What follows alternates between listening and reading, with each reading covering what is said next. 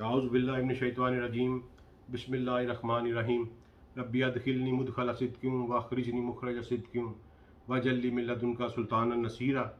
तो हम गुफ्तगू कर रहे थे सैयदना इमाम मेहदी अलैहिस्सलातु वस्सलाम के ज़हूर के ऊपर, और हमने जो मैं थोड़ा सा खुलासा सिर्फ 1 मिनट में बयान कर दूं कि हमने इसका थीसिस देखा था कि दुनिया में इस वक्त किस तरह इंतज़ार हो रहा है। फिर हमने देखा था कि नबी करीम सल्लल्लाहु अलैहि वसल्लम, कुरान पाक ने मुसलमानों से वादा फरमाया है कि ये पूरी दीन, पूरी इंसानियत, पूरी वर्ल्ड के ऊपर पूरी हुक्मरानी करेगा, पूरी ज़मीन के ऊपर। नबी करीम सल्लल्लाहु अलैहि वसल्लम उसके बारे में हदीस बयान फरमाई हैं। फिर हमने इस उम्मत के जो 5 अदवार नबी करीम सल्लल्लाहु अलैहि वसल्लम ने बयान फरमाए थे, और मेरी नज़र में, मेरी इल्म के मुताबिक आखिरी चौथा दौर जो है वो अपने आखिरी दमों के ऊपर है। ये किसी वक्त भी इंशाल्लाह हालात टर्न ले सकते हैं और हम 5वें दौर की तरफ मूव कर सकते हैं, और वो खिलाफत अला मिनहाजुन नबूवत का दौर होगा, जिसकी क़यादत सैयदना इमाम मेहदी अलैहिस्सलातु वस्सलाम करेंगे। सैयदना इमाम मेहदी अलैहिस्सलातु वस्सलाम के बारे में काफ़ी सारी अहादीस हैं, और वो किस तरह वकूअ पज़ीर होगा, उसमें जंगें कैसे होंगी, उसकी सारी डिटेल अल्हम्दुलिल्लाह हमारी सही किताबों में, सही अहादीस की सूरत में मौजूद है। लेकिन हम सबसे पहले वजूद इमाम मेहदी पे डिस्कस करेंगे कि नबी करीम सल्लल्लाहु अलैहि वसल्लम ने इमाम मेहदी के बारे में क्या फरमाया। ये किस तरह एक हकीकत है। जो लोग इससे इनकार करते हैं, दरअसल वो सही अहादीस का इनकार करते हैं।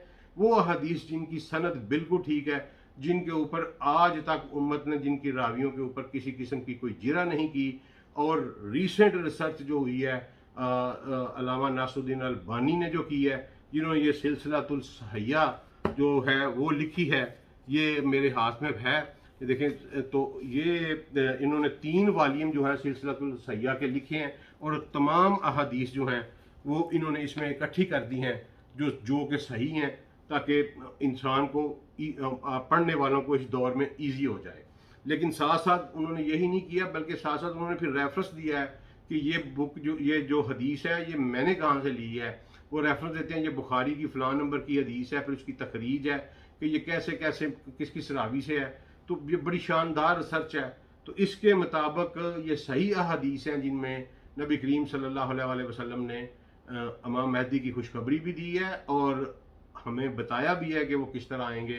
तो मैं उनमें से कुछ अहादीस मैंने सेलेक्ट की हैं, वो मैं आपकी खिदमत में बिल्कुल उसी तरह प्रेजेंट करता हूँ जिस तरह के नबी करीम सल्लल्लाहु अलैहि वसल्लम ने फरमाया था। तो सबसे पहली हदीस है जी कि ये सैयदना अबू सईद बयान करते हैं कि रसूलुल्लाह सल्लल्लाहु अलैहि वसल्लम ने फरमाया कि मेरी उम्मत के आखिरी ज़माने में महदी निकलेंगे। मेरी उम्मत के आखिरी ज़माने में महदी निकलेंगे। अल्लाह ताला बारिश नाज़िल करेगा, ज़मीन खेतियाँ उगाएगी, वो लोगों को बेहतरीन माल अता करेंगे, मवेशी ज़्यादा हो जाएंगे, उम्मत की तादाद बढ़ जाएगी, और वो 7 या 8 साल तक ज़िंदा रहेंगे। ये हदीस है जी। ये तखरीज इसकी हुई है, मुस्तदरकुल हाकिम में भी है, और जिल्द 4 में 556, 557, और सिलसिलातुल सहिया में इसका नंबर है 711। मैं दोबारा पढ़ देता हूँ कि सैयदना अबू सईद रज़ी अल्लाह तआला अन्हु बयान करते हैं कि रसूलुल्लाह सल्लल्लाहु अलैहि वसल्लम ने फरमाया कि मेरी उम्मत के आखिरी ज़माने में महदी निकलेंगे, अल्लाह ताला बारिश नाज़िल करेगा, ज़मीन खेतियाँ उगाएगी, वो लोगों को बेहतरीन माल अता करेंगे, मवेशी ज़्यादा हो जाएंगे, उम्मत की तादाद बढ़ जाएगी, और वो 7 या 8 साल तक ज़िंदा रहेंगे। ये यानी बड़े ही खैर और बरकत वाला वो जो दौर होगा मेहदी अलैहिस्सलातु वस्सलाम का, इसकी नबी करीम सल्लल्लाहु अलैहि वसल्लम जो है वो हमें खुशखबरी अता फरमा रहे हैं। उसके बाद एक हदीस मैंने ली है जी। इसमें अबू बसरा कहते हैं कि हम सैयदना जाबिर बिन अब्दुल्लाह रज़ी अल्लाह तआला अन्हु के पास बैठे हुए थे।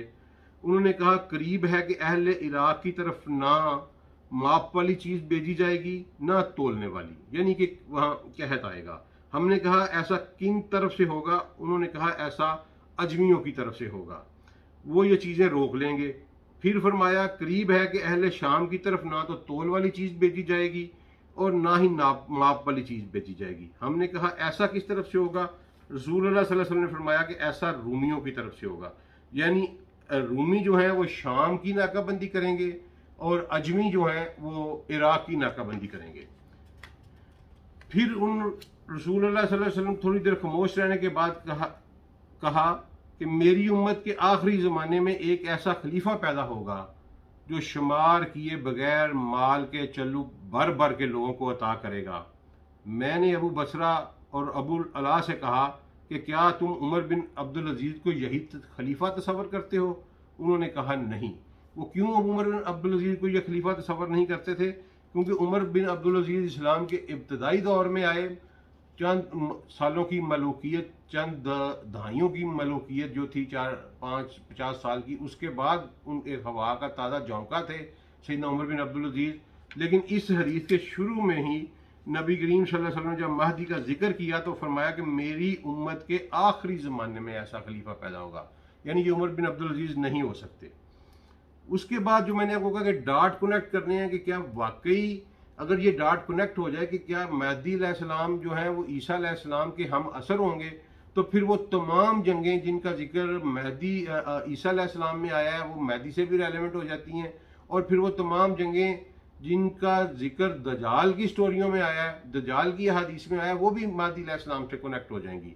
تو اس بارے میں تھوڑی سی تگودو کرنی پڑی، لیکن یہ ڈاٹ کنیکٹ ہو گیا الحمدللہ۔ اور اس میں آپ کو حدیث دیتا ہوں کہ یہ سیدنا جابر بن عبداللہ بیان کرتے ہیں کہ رسول اللہ صلی اللہ علیہ وسلم نے فرمایا کہ جب حضرت عیسیٰ ابن مریم اتریں گے تو مسلمانوں کے امام مہدی انہیں کہیں گے کہ آئیں اور نماز پڑھائیں۔ وہ کہیں گے نہیں، تم ہی ایک دوسرے کے امام اور امیر بن سکتے ہو، یہ اللہ تعالیٰ کی طرف سے اس امت کی عزت و آبرو ہے۔ یہاں نبی کریم صلی اللہ علیہ وسلم نے واضح طور پر عیسیٰ علیہ السلام کے نزول کو بیان فرمایا اور کہا کہ جب وہ نازل ہوں گے تو امام مہدی علیہ السلام جو ہیں وہی نماز پڑھائیں گے، یعنی مہدی کا لفظ باقاعدہ نبی کریم صلی اللہ علیہ وسلم نے استعمال کیا کہ ان جابر قال رسول اللہ صلی اللہ علیہ وسلم ینزل عیسیٰ ابن مریم فیقول امیرہم المہدی، کہ تمہارا امیر مہدی ہوگا اس وقت۔ تو یہ بڑی واضح نشانی ہے، یہ واضح حدیث ہے کہ جب مہدی علیہ السلام آئیں گے تو تبھی عیسیٰ آئیں گے، یا عیسیٰ تب آئیں گے جب مہدی آ چکے ہوں گے۔ اس کے بعد اگلی جو حدیث ہے وہ میں نے لی ہے، کافی ساری کتابوں میں آئی ہے، یہ ابن حبان میں بھی ہے، مسند احمد میں بھی ہے، مستدرک الحاکم میں بھی ہے، اور دلائل نبوہ جو امام بہقی کی ہے اس میں بھی ہے۔ سیدنا مقداد، سیدنا ابو سلبہ، سیدنا تمیم داری اور دیگر صحابہ سے روایت ہے کہ رسول اللہ صلی اللہ علیہ وسلم نے فرمایا یہ دین وہاں تک پہنچے گا جہاں تک رات اور دن کا سلسلہ جاری ہے، اللہ تعالیٰ کوئی شہری اور دیہاتی گھر نہیں چھوڑیں گے مگر اس میں عزت والے کی عزت آبرو کے ساتھ یا ذلیل کی توہین اور ذلالت کے ساتھ اس دین کو پہنچا دیں گے۔ عزت وہ ہے جو اسلام کے ساتھ ملے اور ذلت وہ ہے جو کفر کے ساتھ ملے۔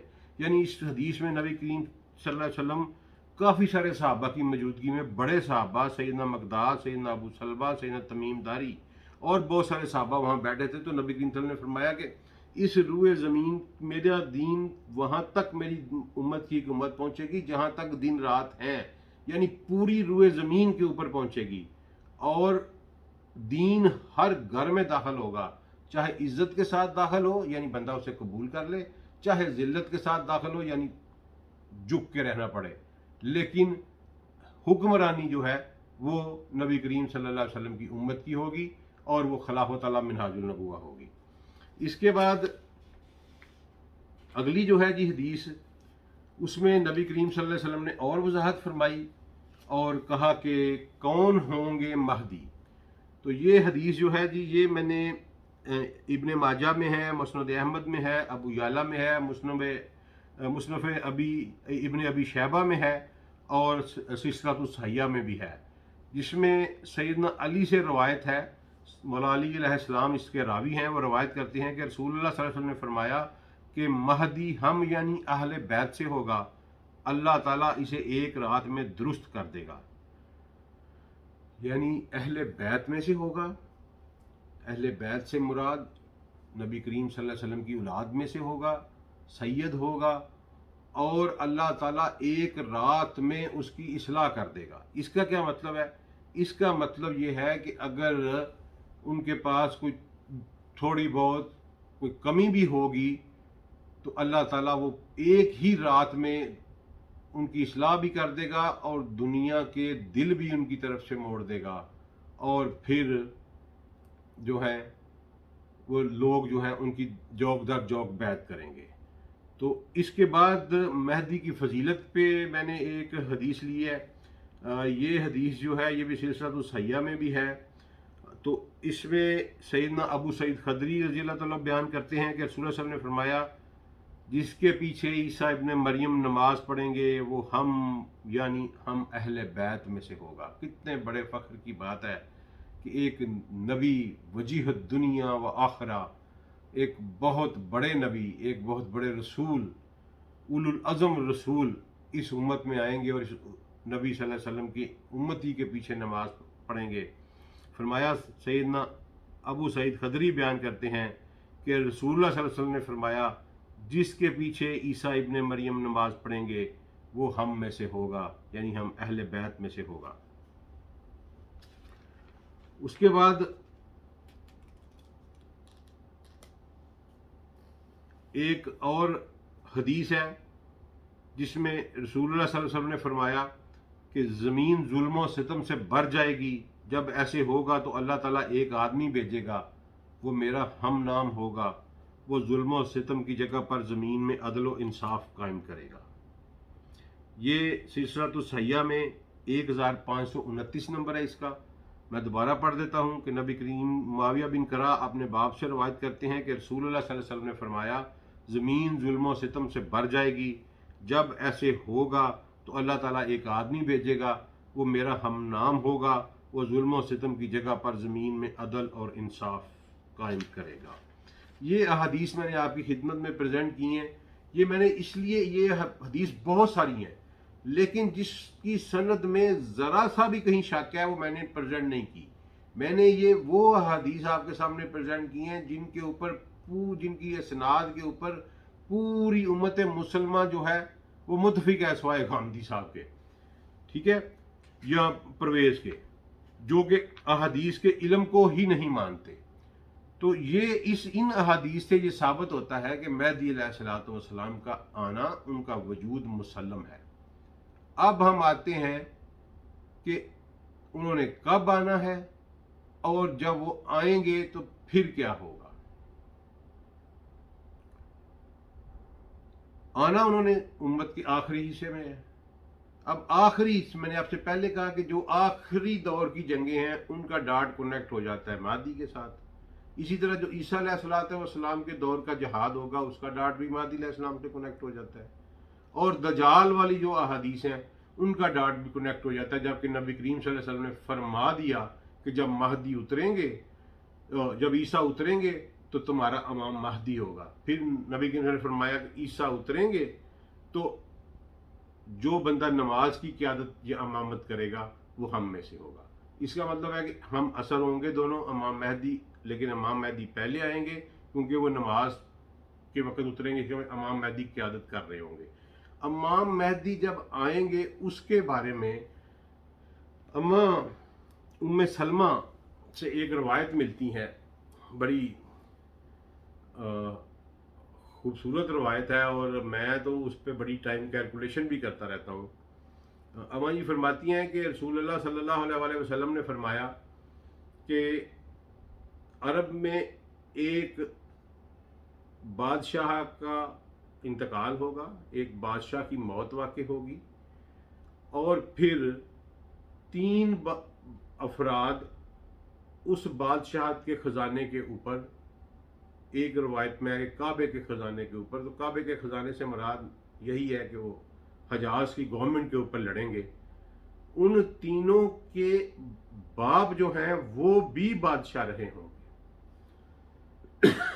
मैं दोबारा बयान करता हूँ कि उम्मे सलमा, हमारी वालदा मोहतरमा उम्मुल मोमिनीन सलामुल्लाह अलैहा, फरमाती हैं कि नबी सल्लल्लाहु अलैहि वसल्लम ने फरमाया कि अरब में एक बादशाह की मौत वाक़या होगी और उसकी मौत के बाद 3 अफराद काबा के ख़जाने के बारे में या इस हुकूमत के बारे में आपस में लड़ाई करेंगे اور ان تینوں کے والد ہوں گے وہ بادشاہ رہے ہوں گے، اور اس وقت ایک بد امنی پھیل جائے گی اور ایک شخص مدینہ سے بھاگ کر مکہ چلا جائے گا، مکہ جا کے وہ چھپ جائے گا، تو لوگ اس کو پہچان لیں